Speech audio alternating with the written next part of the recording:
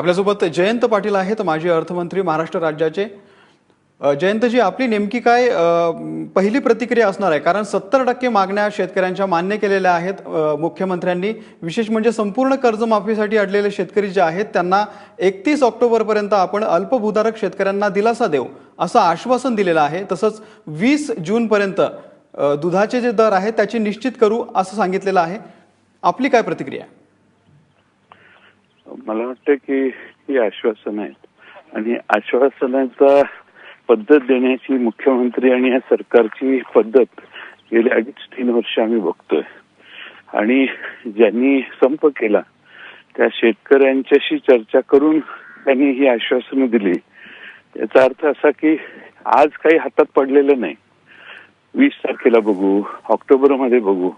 आज महाराष्ट्रात संघर्षाच्या पवित्र्यात सर्व भागातले शेतकरी आहेत।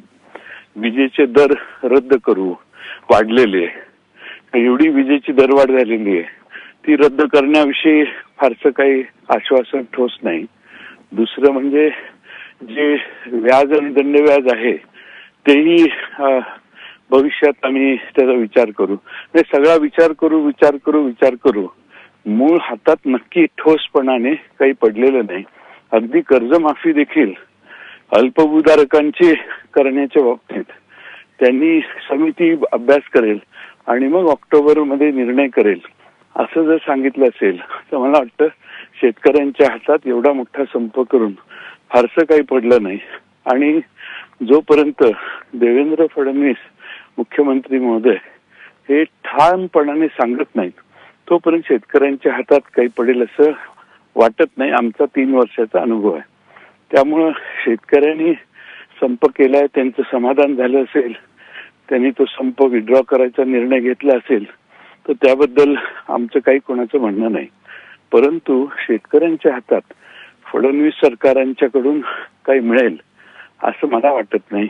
आणि शेतकऱ्यांच्या मध्ये अल्पभूधारक आणि इतर शेतकरी यांच्यात असा भेदभाव करणं हे चुकीचं आहे।